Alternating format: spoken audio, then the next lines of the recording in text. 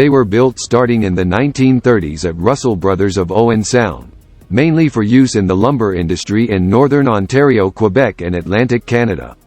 They shared some of the features of their steam-powered predecessors, the alligators, in that they had heavy steel skids welded onto their flat bottoms, and a strong forward-mounted winch to enable them to pull themselves overland if needed, to get to the next body of water.